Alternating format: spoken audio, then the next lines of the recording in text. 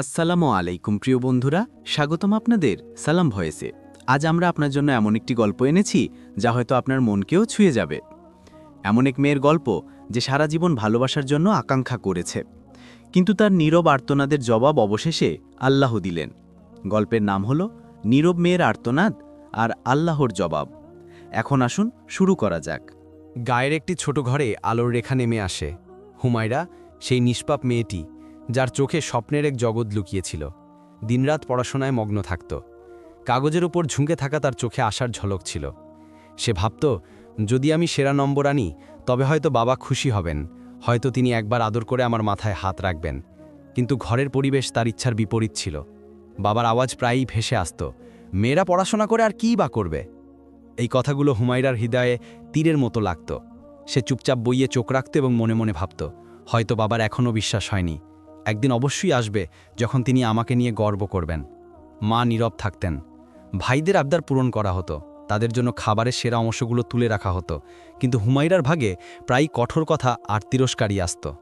সে সব সহ্য করে যেত, এই দোয়া নিয়ে যে আল্লাহ একদিন পরিস্থিতি বদলে দেবেন। একদিন স্কুলে যখন শিক্ষক সবার সামনে বললেন, এই দেখো হুমায়রা ক্লাসের সবচেয়ে মেধাবী ছাত্রী, তখন মুহূর্তের জন্য হুমায়রার মনে আনন্দের ঢেউ খেলে গেল। সে দৌড়ে বাড়ি পৌঁছালো, বাবাকে সুখবর শোনালো, কিন্তু জবাবে বাবার বিদ্রুপাত্মক বাক্য জুটল, ভালো নম্বর পেলেই বা কী হবে, কাল তো বিয়েই হবে। এই কথা শুনে হুমায়রার চোখে জল ভরে এলো। সে চুপচাপ ঘরে গিয়ে সিজদায় লুটিয়ে পড়ল এবং আস্তে করে বলল, হে আল্লাহ, আমাকে সাহস দাও, আমার কারো সমর্থন দরকার নেই, তুমিই আমার জন্য যথেষ্ট। রাতে যখন সবাই ঘুমিয়ে গেল তখন সেটার খাতা খুলে কিছু লিখতে লাগলো। সে এক পাতায় লিখল, বাবা, একদিন আমি আপনাকে দেখাবো যে মেয়েরা বোঝা নয়। কিন্তু ঘরের অন্ধকারে শুধু আল্লাহই ছিল যিনি এই ছোট্ট মেয়ের চোখের জল লিখছিলেন। ঘরে ভাইয়েরা খেলাধুলায় মগ্ন থাকত, মা তাদের পেছনে ছুটতেন এবং বাবা নিজের কাজে লেগে থাকতেন। শুধু হুমায়রাই ছিল যে বই এবং মন নিয়ে স্থির থাকত। কিন্তু তার মনের পিপাসা ছিল শুধু একটি স্পর্শের জন্য, বাবার ভালোবাসার হাত, যা কখনো তার ভাগ্যে জোটেনি। কখনো কখনো সে আকাশের দিকে তাকিয়ে বলতো, হে আল্লাহ, মেয়েরা কি এতই মূল্যহীন হয়? আমি কি সত্যিই বাবার জন্য বোঝা? এই মুহূর্তেই কোরআনের একটি আয়াত তার হৃদয়ে নেমে আসত, ধৈর্য ধরো, আর তোমার ধৈর্য আল্লাহর সাহায্য ছাড়া আর কিছুই নয়। এই আয়াত তাকে ভিতর থেকে সমর্থন দিত। সে তার অশ্রু মুছে ফেলতে এবং পরের দিন আবার কঠোর পরিশ্রমে লেগে পড়ত। হুমায়রা তার জীবনের উদ্দেশ্য বানিয়ে নিয়েছিল যে হয়তো একদিন সে তার পরিশ্রম দিয়ে সবার মন জয় করবে, কিন্তু সে কি জানত যে ভালোবাসার পরিচিতি শুধু মানুষের কাছ থেকে মেলে না, বরং আসল সম্মানদাতা হলেন আল্লাহ। রাতের শেষ প্রহরে যখন সবাই ঘুমিয়ে যেত, হুমায়রা জেগে কুরআন খুলত।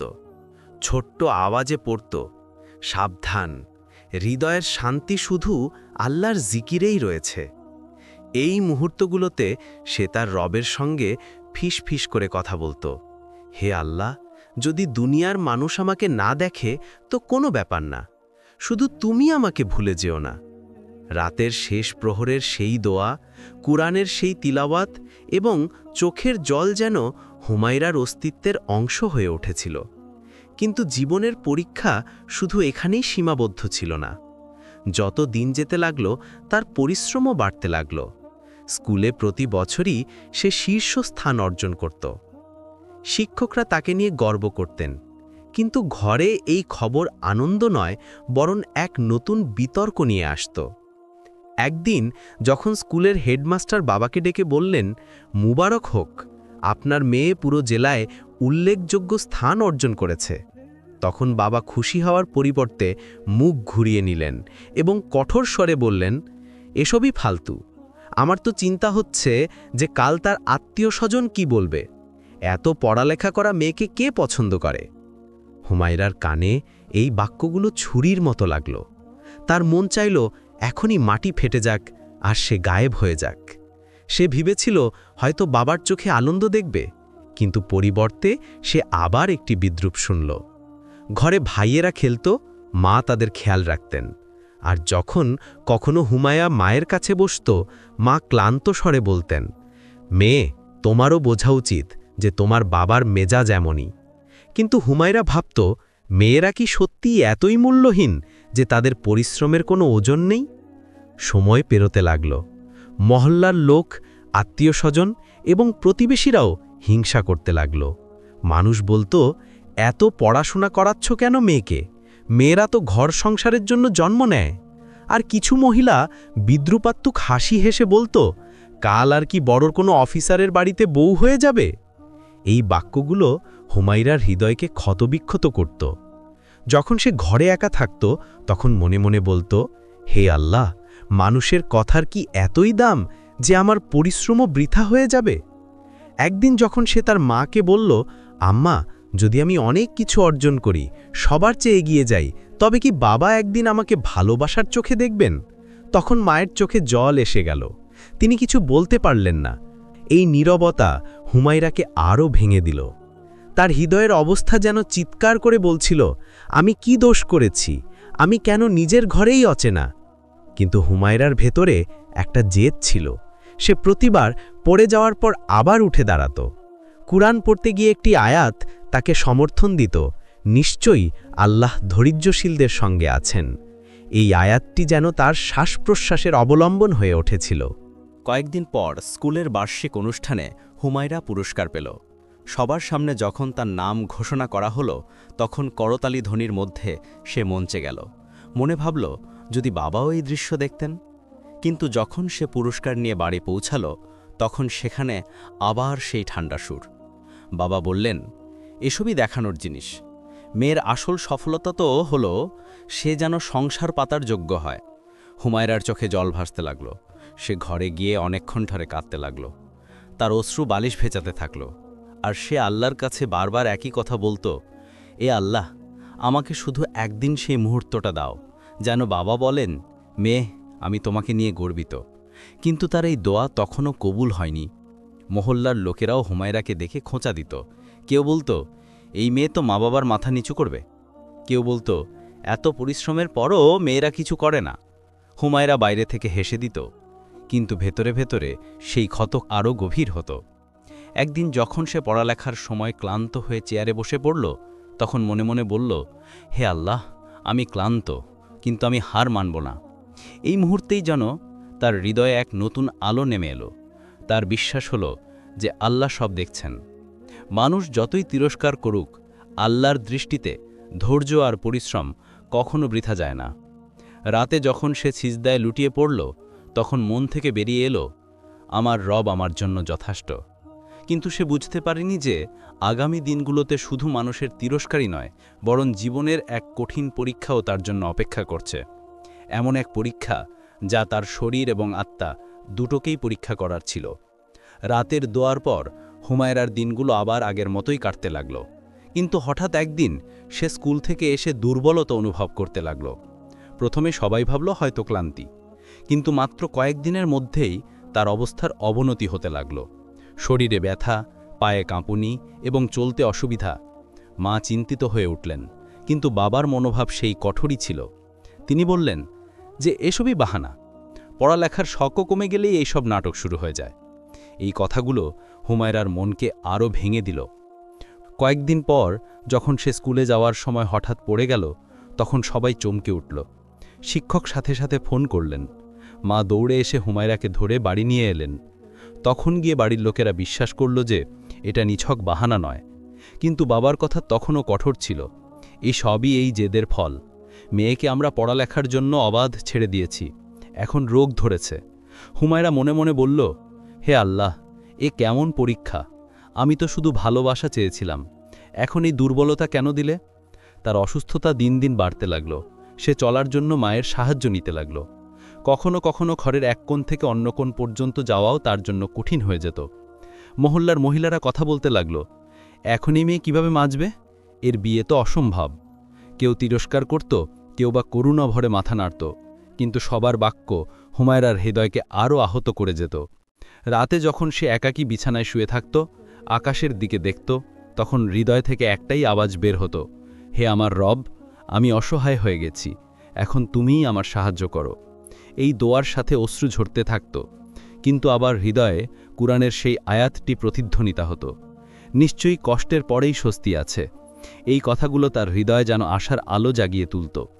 অসুস্থতার পাশাপাশি হুমায়রার সাহসও পরীক্ষার মুখে ছিল। সে চাইলে হাল ছেড়ে দিতে পারত, কিন্তু তার ভেতরে একটা জেদ ছিল। সে তার মাকে বলল, আম্মা, যদি আমার শরীর দুর্বল হচ্ছে তো কি হয়েছে, আমার হৃদয় এখনও জীবিত, আমি হার মানব না। মায়ের চোখ ভিজে গেল। বললেন, বেটি, শুধু আল্লাহর উপর ভরসা রাখো, তিনি অবশ্যই কোনো পথ বের করবেন। ঘরে বাবার মনোভাব আগের মতোই রইল। তিনি কখনো কখনো বিরক্ত হয়ে বলতেন, এই মেয়ে তো এখন আমাদের জন্য বোঝা হয়ে গেছে।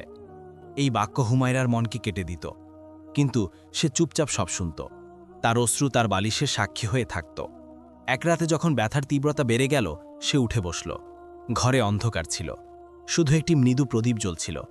সে 2 হাত তুলল এবং আল্লাহকে বলল, হে আল্লাহ, যদি এই সবই আমার জন্য পরীক্ষা হয় তবে আমাকে ধৈর্য দাও।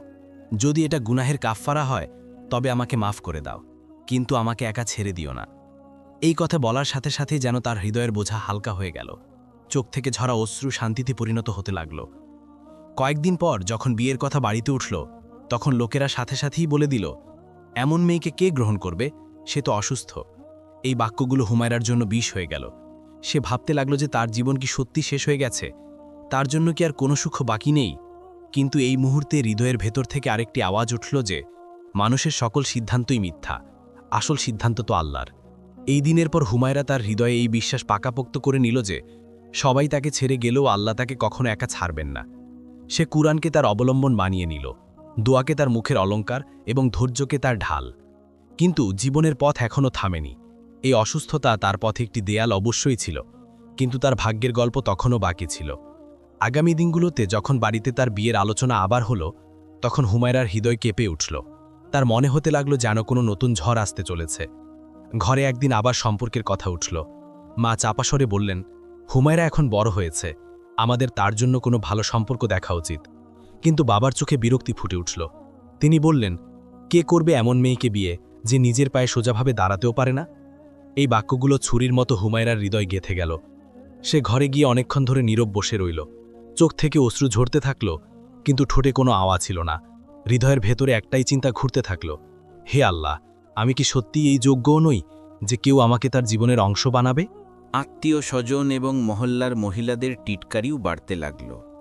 কেউ বলতো, এই মেয়ে তো সারা জীবন মা বাবার ঘরেই থাকবে। কেউ বলতো, তার অসুস্থতা দেখে কে তাকে গ্রহণ করবে। সেই সব কথা হুমায়রার হৃদয়ে এক অদ্ভুত ভয় সৃষ্টি করল। রাতে সে বিছানায় শুয়ে ভাবত, যদি আমি সারা জীবন এভাবেই থাকি তবে কি হবে? যদি কখনো আমি আপনজন এবং সমর্থন না পাই তবে কি আমি ভেঙে পড়ব? কিন্তু যখন মন ভাঙতে লাগত, তখন স্বতঃস্ফূর্তভাবে কোরআনের আয়াত আসত, আল্লাহর রহমত থেকে নিরাশ হয়ও না। এই আয়াত তার ক্ষতগুলোতে মলম লাগাত। সে রাতের অন্ধকারে আল্লাহর সঙ্গে কথা বলত, হে আল্লাহ, আমাকে এমন এক ভাগ্য দাও যে আমার হৃদয়ের ক্ষতগুলো ভরে দেবে। এমন সঙ্গী দাও যে আমার অবলম্বন হবে, যে আমাকে বোঝা মনে করবে না, বরং রহমত মনে করবে। কয়েকদিন পর একটি সম্পর্ক এলো। মা খুশি মনে হলেন, কিন্তু বাবার মুখে বিরক্তি ছিল। তিনি কঠোর স্বরে বললেন, ওরা কি জানে যে মেয়েটি অসুস্থ? এরা কতদিন তার সাথে থাকবে? এই শুনে হুমায়রার মন ভয় পেয়ে গেল। সে ভাবতে লাগল যে হয়তো এটাও একটা ধোঁকা হবে, হয়তো আবার মানুষ কথা বলবে এবং এই সুযোগও নষ্ট হয়ে যাবে। এক রাতে সে মায়ের কাছে বসল এবং আস্তে করে বলল, আম্মা, যদি আমার বিয়ে না হয় তবে কি আপনি রাগ করবেন? আমাকে কি বাড়ি থেকে বের করে দেওয়া হবে? মায়ের চোখ থেকে জল গড়িয়ে পড়ল। তিনি বললেন, বেটি, আমি কেন রাগ করব? আমার তো শুধু এই দোয়া যে আল্লাহ তোমাকে এমন সঙ্গী দিন যিনি তোমার কষ্ট বুঝবেন। এই বাক্যটি হুমায়রার হৃদয়ে গভীরভাবে গেঁথে গেল। এই রাতে হুমায়রা সিজদায় লুটিয়ে পড়ে আল্লাহর কাছে একটা দীর্ঘ দোয়া করল। তার চোখ থেকে অশ্রু ঝরছিল আর হৃদয় থেকে বেরিয়ে আসছিল, হে আল্লাহ, আমার আর্তনাদ তোমার কাছে পৌঁছেছে। আমাকে সেই ভাগ্য দান করো যা আমার ক্ষতগুলোতে মলম লাগিয়ে দেবে। আমাকে সেই জীবন দাও যেখানে আমি আমার অস্তিত্বকে বোঝা মনে করব না, বরং তোমার শুকরিয়া আদায় করব। জীবন যেন এক মোড়ে এসে দাঁড়িয়েছিল। সম্পর্ক আসত এবং যেত। কখনো লোকেরা অসুস্থতার বাহানা করত, কখনো দারিদ্র্যের। প্রতিবার দরজা বন্ধ হওয়ার সময় হুমায়রার মন ভেঙে যেত, কিন্তু সে আল্লাহর ওপর ভরসার আঁচল ছাড়ত না। সে নিজেকে বারবার মনে করিয়ে দিত, মানুষের প্রত্যাখ্যান আমার রব প্রত্যাখ্যান করেন না। একদিন হঠাৎ আরেকটি সম্পর্ক এলো। এই কথাটি সাধারণ মনে হলো, কিন্তু এই সম্পর্কের সঙ্গে কিছু ভিন্ন রকম শান্তি অনুভূত হলো। মায়ের চোখে প্রথমবারের মতো আশার ঝলক ছিল। বাবা অবাক হয়েছিলেন যে এই লোকেরা না অসুস্থতার কথা বলছে, না দারিদ্র্যের, শুধু সাদাসিধাভাবে সম্পর্ক চাইছে। হুমায়রা চুপচাপ শুনতে থাকল। হৃদয়ে এক অদ্ভুত ভয় আর আশা দুটোই বিদ্যমান ছিল। সে ভাবছিল, এ কি সত্যি সত্যি, নাকি এটাও একটা সাময়িক স্বপ্ন যা ভেঙে যাবে। এই রাতে সে ঘুমাতে পারল না। বিছানায় শুয়ে শুয়ে আল্লাহর সঙ্গে কথা বলতে থাকল। হে আল্লাহ, যদি এটা তোমার পক্ষ থেকে স্বস্তি হয় তবে আমার জন্য কল্যাণ করো। যদি এটা ফিতনা হয় তবে এই দরজা বন্ধ করে দাও। এই মুহূর্তেই হৃদয়ের ভেতর এক শান্তি নেমে এলো, যেন কেউ আস্তে করে বলছে, তোমার নীরব আর্তনাদ শোনা যাচ্ছে। মায়ের মুখে প্রথমবারের মতো হাসি দেখে হুমায়রার চোখে জল এসে গেল। সে জানত যে এখনও সব কিছু চূড়ান্ত হয়নি, কিন্তু তার মনে হল যে হয়তো আল্লাহ তার দোয়ার জবাব দেওয়া শুরু করেছেন। কিন্তু বাবার কঠোর বাক্য তখনও কানে বাজছিল। তিনি বললেন, দেখি এরা কতদিন টিকে থাকে।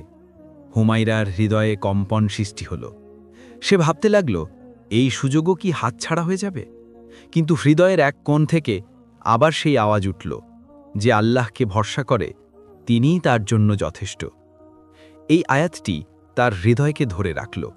সে জেনে গেল যে আসল সিদ্ধান্ত মানুষের হাতে নয়, বরং আল্লাহর হাতে। হুমায়রার দোয়ার ফিসফিসানি আকাশ পর্যন্ত পৌঁছে গিয়েছিল। তার হৃদয়ে এক অদ্ভুত শান্তি নেমে এসেছিল। মায়ের চোখে আশার আলো জ্বলতে শুরু করেছিল এবং বাবাও নীরবতায় ডুবে থাকতে লাগলেন। দিন পেরোতে লাগল, আর যে সম্পর্কটি এসেছিল সে তার ওয়াদা পূরণ করল। সেই লোকেরা বারবার আসত, হুমায়রার অবস্থার কথা জিজ্ঞেস করত, এবং সবার চেয়ে বড় কথা এই বলতো, আমাদের তার নেকি আর ধৈর্য চাই, বাকি সব কিছু আল্লাহর হাতে।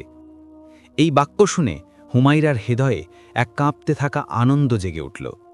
সময় এলো যখন নিকাহের দিন ঠিক হল। গাঁয়ের ছোট ঘরে আলো ঝলমলে না হলেও হৃদয়ে আশার আলো অবশ্যই নেমে এলো। হুমায়রা বধূ সেজে বসেছিল। সে বারবার ভাবছিল, এসব স্বপ্ন নয় তো, সত্যিই কি সেই মুহূর্তটি এসেছে যখন আল্লাহ তার নীরব আর্তনাদের জবাব দিয়েছেন? নিকাহের পর যখন স্বামী ঘরে প্রবেশ করলেন, তখন হুমায়রার হৃদয় ভয় আর আনন্দের মধ্যে কাঁপছিল, কিন্তু তার মুখে কোমলতা ছিল, চোখে শান্তি। তিনি কাছে এসে বললেন, হুমায়রা, এখন তুমি একা নও, এই ঘর তোমার, এই জীবন তোমার। আমি তোমাকে কখনো বোঝা মনে করব না। এই বাক্যটি শোনার সাথে সাথেই হুমায়রার হৃদয়ের বছরের পর বছরের ক্ষতগুলোতে যেন মলম লাগিয়ে দেওয়া হলো। তার চোখ থেকে অশ্রু ঝরতে লাগল, তবে এই অশ্রু ছিল সক্রিয়ার। প্রথমবারের মতো কেউ তার মাথায় হাত রাখল, আর এই হাত বাবার নয়, বরং তার স্বামীর ছিল, যাকে আল্লাহ তার ভাগ্যে লিখেছিলেন। হুমায়রা মনে মনে বলল, হে আল্লাহ, তোমার শুকরিয়া, তুমি আমার আর্তনাদের জবাব দিয়েছ। জীবনের নতুন সফর শুরু হয়ে গেল। সেই স্বামী শুধু তার অবলম্বনই হলেন না, বরং তিনি হুমায়রাকে সম্মান ও শান্তি দিলেন। তিনি বলতেন, তোমার অসুস্থতা আমার চোখে কোনো কমতি নয়, বরং তোমার সহনশীলতার প্রমাণ। তুমি যতটা ধৈর্য ধারণ করেছ, সেটাই তোমার আসল শক্তি। এই কথাগুলো হুমায়রার জন্য জীবনের সবচেয়ে মূল্যবান সম্পদ ছিল। ঘরের সেই অন্ধকারগুলো, যা বছরের পর বছর তার হৃদয়ে ছিল, এখন আলোতে পরিবর্তিত হতে লাগল। হুমায়রা শিখল যে আসল ভালোবাসা মানুষের টিটকারি শোনার মাধ্যমে নয়, বরং আল্লাহর উপর ভরসা রাখার মাধ্যমে পাওয়া যায়। সে জেনে গেল যে যদি আল্লাহ সাথে থাকেন, তবে দুনিয়ার সমস্ত ঘৃণা একজন মানুষকে ভেঙে দিতে পারে না। সময় পেরোতে লাগল। হুমায়রার স্বামী তার দোয়ার জবাব হয়ে প্রমাণ করতে থাকল যে জীবনে দেরি হতে পারে, কিন্তু আল্লাহর সিদ্ধান্তগুলো সবচেয়ে সুন্দর হয়। একদিন যখন সে স্বামীর সাথে বসে আকাশের দিকে দেখছিল, তখন আস্তে করে বলল, আমি সারা জীবন এটাই চেয়েছিলাম, যে কেউ বলুক আমি তোমাকে নিয়ে গর্বিত। আজ সেই মুহূর্তটি আমার ভাগ্যে জুটেছে। তার স্বামী তার চোখে চোখ রেখে বললেন, আমি গর্বিত যে আমার স্ত্রী তোমার মতো। এই বাক্য শুনে হুমায়রার হৃদয় কেঁপে উঠল। বছরের পর বছরের নীরবতা, ধৈর্য এবং আর্তনাদ এই একটি বাক্যে জবাব পেল। সে হাসল এবং আল্লাহর শুকরিয়া আদায় করল। দর্শক, এই গল্পটি আমাদের শিক্ষা দেয় যে মেয়ের হৃদয়ের নীরব আর্তনাদ কখনো বৃথা যায় না।